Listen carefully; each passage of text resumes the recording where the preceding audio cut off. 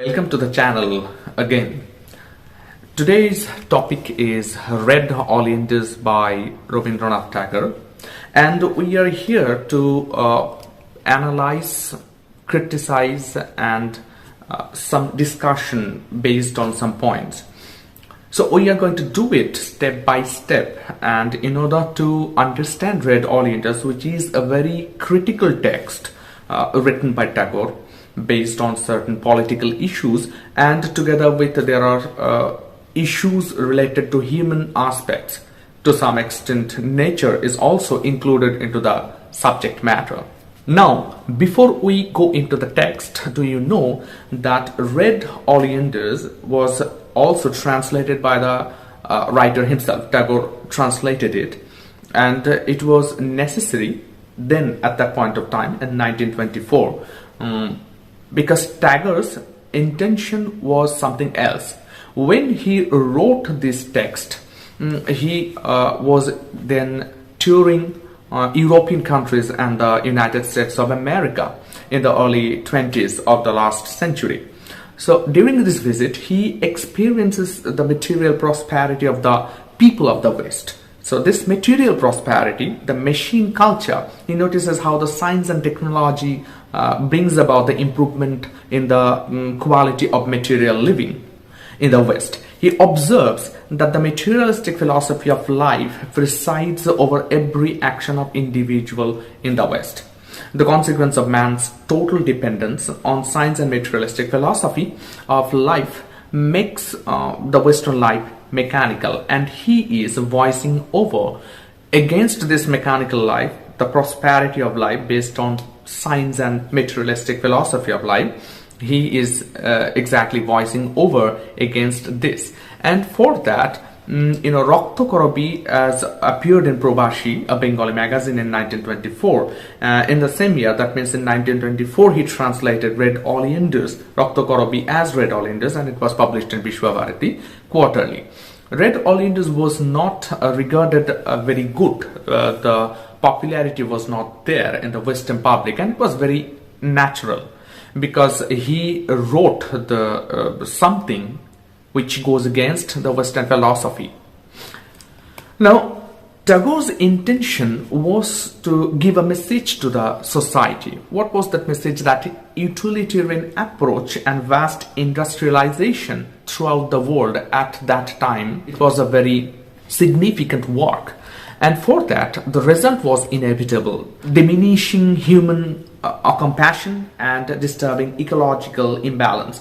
Ecological imbalance also suggests that nature's perspective, so nature was destroyed at the time, and the text very much focused also on that aspect. Now, this result showed that he has to create the characters, and those characters must take the form of some metaphors.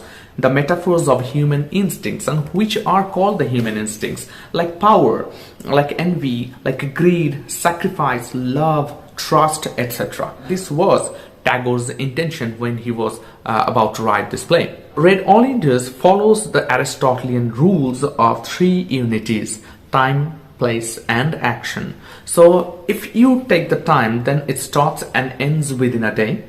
If you are talking about the place, it happens on the king's palace, and the action takes place within the time frame and in a single place. So it follows basically the Aristotelian unities.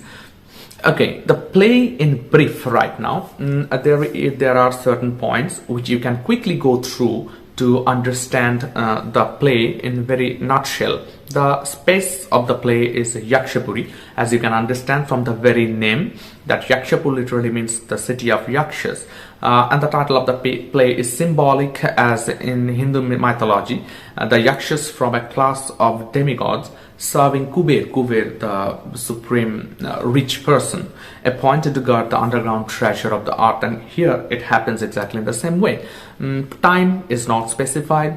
The ruler of the place is the king, who leaves behind a mess. The rules are maintained by his will with the help of his subordinates like Sardar, Moral, Gosain, etc. These are the characters of the play.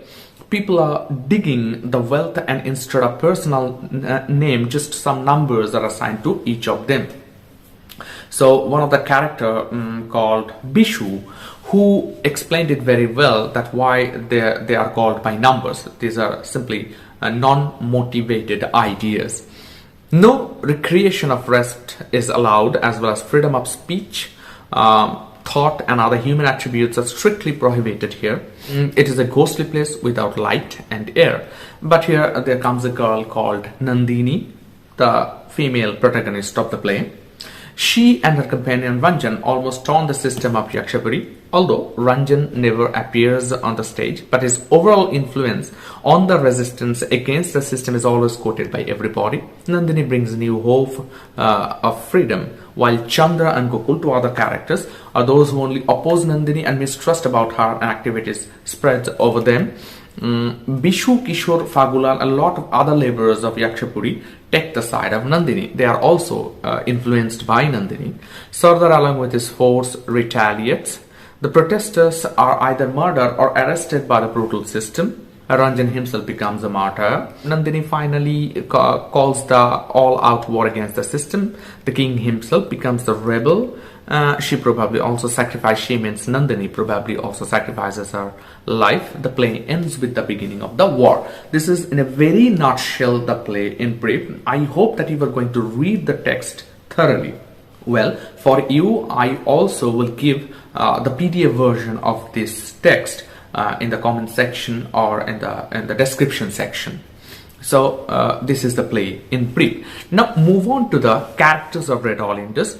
Characters of Rakto Korobi or Red Oleanders are representative kind of nature. They actually represent a particular class or section of people.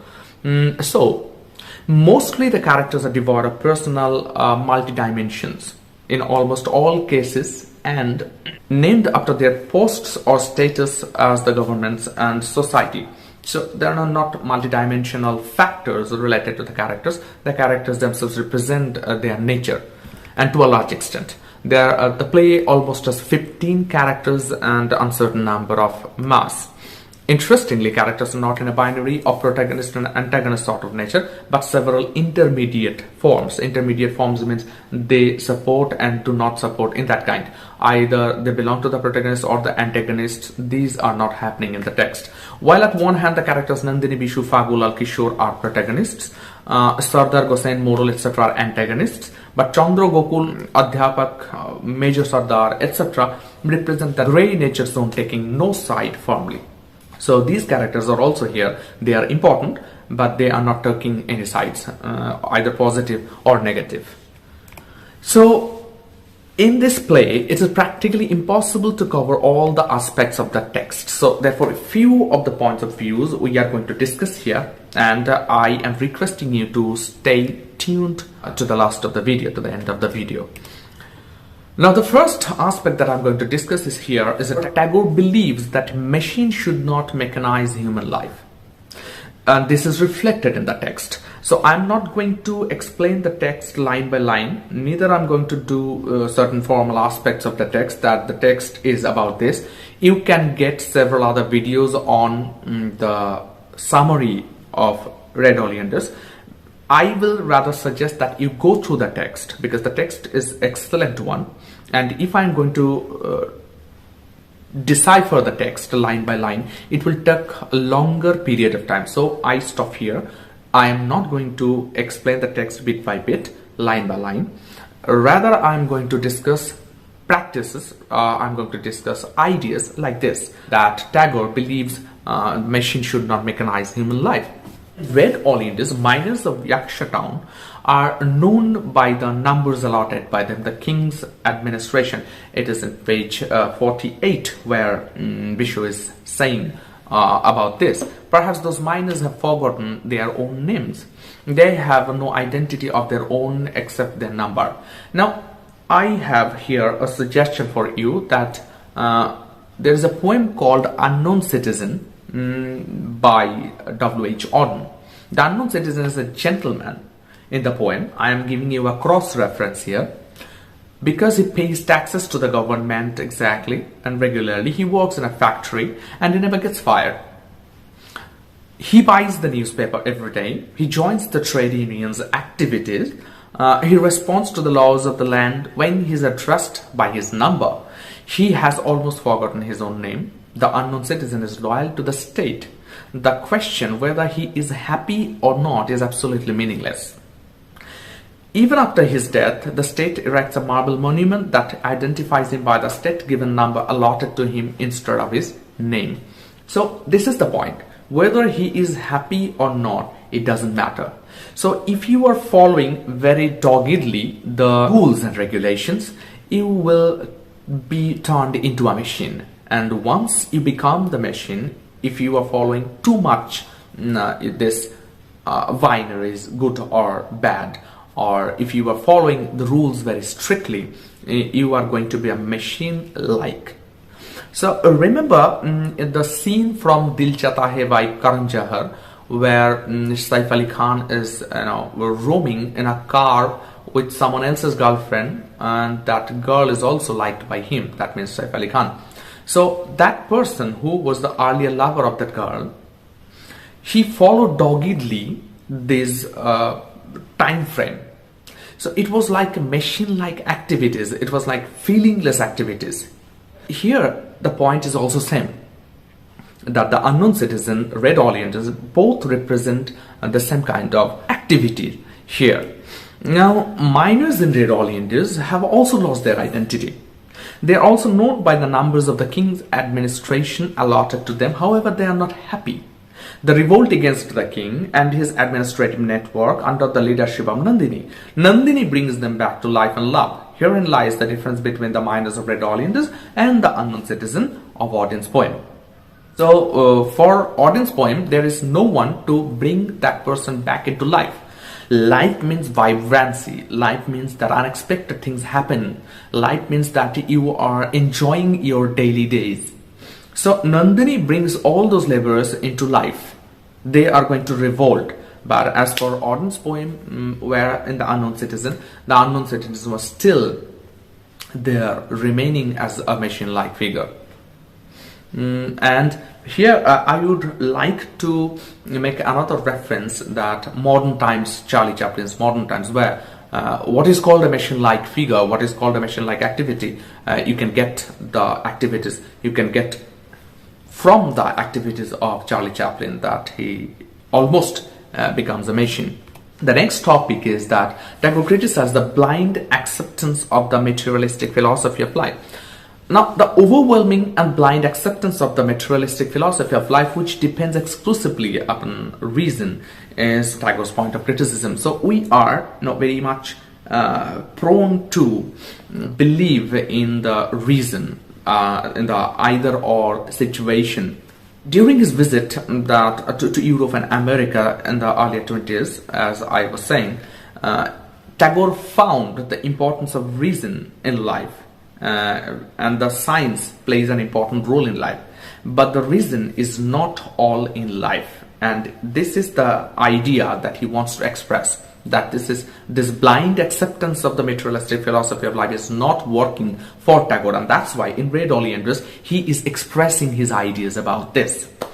In an article, Modern Age, Tagore unequivocally says that the modern education creates a particular mindset that tends to ignore the spiritual apprehension of truth, the truth of a person as the ultimate reality of existence. Science does not inspire a man to see the truth in the perspective. Science depends exclusively on reason. In the same article, Tagore says, this is the quotation, this is the phrase from that, the Modern Age. I'm exactly quoting the sentences, I'm telling you, reading out the sentences. Wherever man meets a man in a living relationship, the meeting finds its natural expression in works of signatures of beauty, in which the mingling of the personal touch leaves its memorial. Science has its proper sphere in analyzing the world as a construction, just as a grammar has its legitimate office in analyzing the syntax of a poem. But the world as a creation is not construction. It too is more than syntax. It is a poem, which we are apt to forget when grammar takes exclusive hold of our minds. So what we forget, we are very much depending on the rules and regulations, grammar, syntax. We forget that this is a poem. This is a piece, literary piece, and the existence of the literary piece lies in its aesthetic sense. It's in beauty. So we forget, because we tend to believe in the grammar section, we tend to believe in the regulations, we tend to believe the rules. Therefore, we follow the whole existence of the beauty. This is the point of Tagore and Red Oleanders. Now, as for example, understand the character of professor. The professor of Red Oleanders is an intellectual predicament when he sees Nandini. He cannot understand his inexplicable attraction for Nandini. He is a scholar. He has seen and analyzed every phenomena of the world with his reason and intellect. He is an outright materialist, but the moment he is in association with Nandini, he wavers his mind and confesses, "The privilege of wasting time prove one's wealth of time." Yeah. We poor drudgers are insects in a hole in this solid toil. You are the evening star in the rich sky of leisure. When we see you, our windows grow restless. Come to my room for a moment, allow me to reckless in my waste of time. The professor in Red Oleanders knows well that he simply wastes his time by inviting Nandini to his room. He confesses that his wings grow restless when he sees her. With his reason, he is incapable of understanding his invincible attraction for Nandini. That happens even in our daily lives too. When we believe in reason, we find reasons which we should not believe. That means that there are reasons which you do not understand, and because love is one of them, we have no idea why we fall in love. It's not simply that because 2 plus 2 is equal to 4 and that is the reason why we fall in love. This is not. Tagore's point of view is this, that sometimes we do not understand what is the reason, because reason does not always work at a same pace, in the same level. Now, throughout the play, various symbols and metaphors serve to convey Tagore's criticism of capitalism and materialism. Yakshapuri is a mining town ruled by the king and his elite generals. In this town, miners, diggers live under the oppression of the regime and are subjugated to amass gold. On page 5 and 6, in case may vary these pages, but however, Tagore introduces the idea of gold as a metaphor for the corruption of the regime's despotism and what he perceives to be an epidemic in Yakshapuri, materialism. Tagore draws comparisons between diggers in the bowels of the earth to professors who burrow day and night in a mass of yellow pages. By using these analogies, Tagore effectively comments on the avarice, the hamartia of both the diggers and the regime that compels them to suffer from tunnel vision of accumulating gold or dead wealth. The oxymoron dead wealth perfectly encapsulates the idea that gold, although a sought after commodity, is not wealth because it is a drug that satiates greed. Now, this is very interesting because alternatively, this time I'll use the mingling gold of the raping of land. Now, let me come to this point. Before coming to this point, let me tell you that this oxymoron of dead wealth is the avarice. The wealth is here, but the avarice is not dying.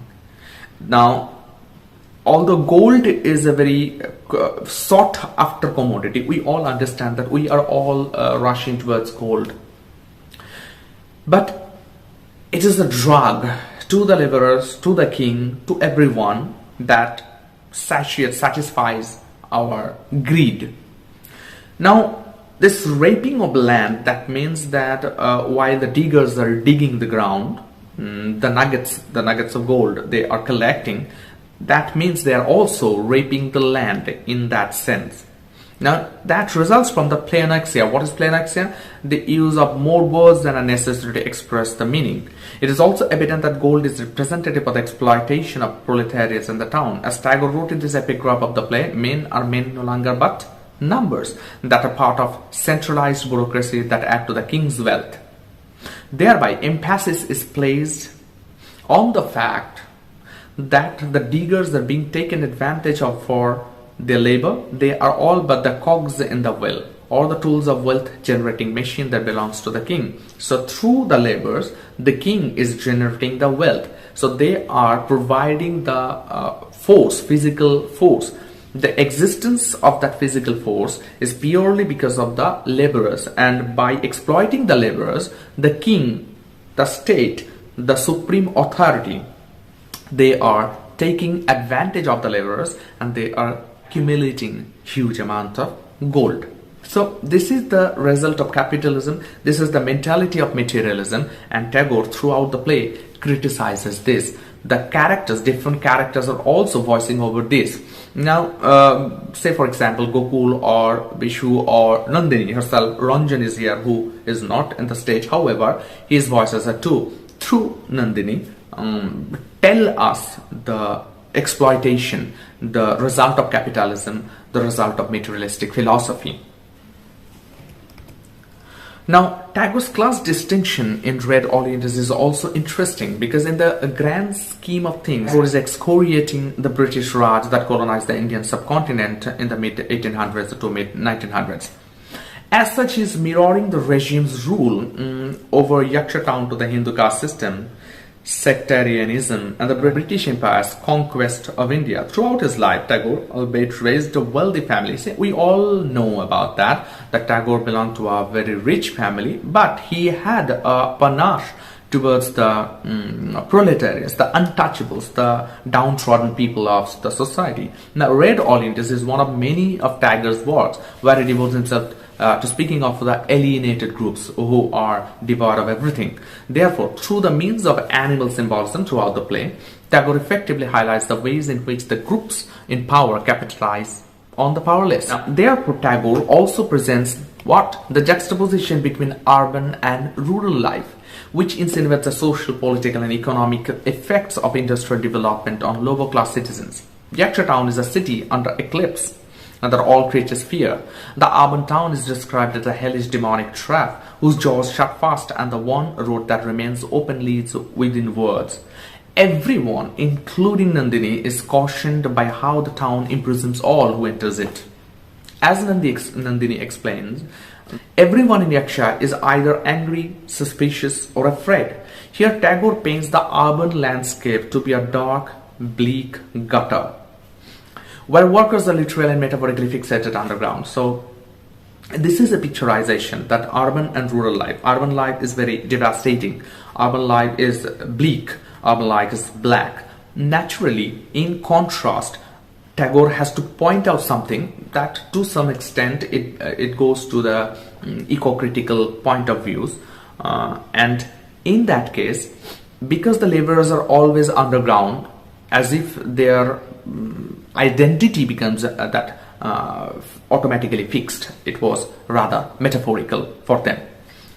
On the other hand, Tagore depicts the rural landscape as a scenic place with lush vegetation and crops. Now, these two contrasting places represent the opposing forces of the work, the governor and Nandini. The government represents urban life and its associations with enslavement and tyranny, whereas Nandini represents rural life and its associations with innocence, freedom, and happiness. Once someone leaves his rural ways of life and enters Yakshapuri, there is no way to escape out. Moreover, the leap from agrarian society for urbane society is an allegory to the exile from the metaphorical place of innocence, that is the expulsion from the Garden of Eden. This is rather, again, metaphorical, that once you leave your rural place and you move to the urban world, to the Yakshapuri, you are basically leaving the Eden of garden. You are leaving the Garden of Eden. So this is the metaphorical place of innocence in the rural life. And the expulsion from the rural life means you are entering into a trap. Industrialization and urbanization are, in Tagore's belief, movements that widen the gap between the wealthy and the destitute. He expresses his concern that the rich get richer and the poor get poorer in an industrial society. So this is again another voice against the industrial society that Tagore clearly speaks out in this play. Now, how about this? Let me show you two pictures These two pictures are, see here, one is of red oleanders and supposedly Nandini's portrayal is here. On the other hand, there is KGF, a very famous movie, KGF Part 1 and Part 2. And this is the picture of Yash, the real life character, and his name is Rocky. Now, if I connect a similarity between Nandini of red oleanders and Rocky in KGF 1 and 2, will I be wrong? Now, let me point out the similarities one by one. Both Nandini and Rocky in KGF try to free the underprivileged. Both visit the no escape place. Say the underprivileged people are freed by Nandini, by her influence, and Rocky by her prowess, force, and the mentality to save other people. Visiting the no escape land, as per Nandini, the Yakshapuri, as for Yash, or as for Rocky, to the KGF, coal mine area. Third, the both create influence upon others, and this is very evident even in the text Red Oleanders and in the movies KGF 1 and 2. Both act as a gust of wind in a claustrophobic world. So see here is a claustrophobic world. Yakshapuri is also a claustrophobic world. KGF is also another claustrophobic world, but they are working as a gust of wind. They create the hope. They are the representative figure of freedom.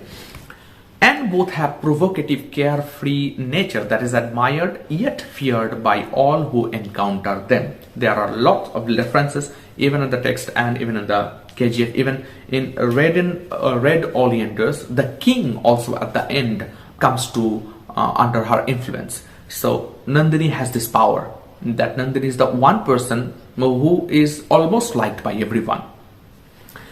So as Rocky. Now, symbolism of the network is a significant point here. What is that symbolism of the network? So network throughout the text is one significant word that separates the king and his subjects. Now, in the beginning of the play, you see the king is only referred to under the pseudonym voice, which shows how distant the king actually is from its citizens. When Nandini enters Yaksha town, she is driving force of breaking down the system. We all know about that. Now the red oleanders that Nandini carries around with her wherever she goes is symbolic of her function as the outcast in Yaksha town. Like how red oleanders are toxic, Nandini is the pariah of the town that demolishes the network system. Like how red oleanders are durable, drought-resistant flowers, Nandini has the tenacity and mental strength to comfort the regime. So even this red oleanders, which is indeed symbolical, very much connected to the character of Nandini herself. As Tagore wrote in the epigraph of the play, Nandini is the touch of life, the spirit of joy in life that awakens the diggers from their metaphorical blindness. She plays a significant role in the igniting the fire in the diggers that ultimately enable them to emancipate themselves from the tyranny of safety. Now, what is tyranny of safety?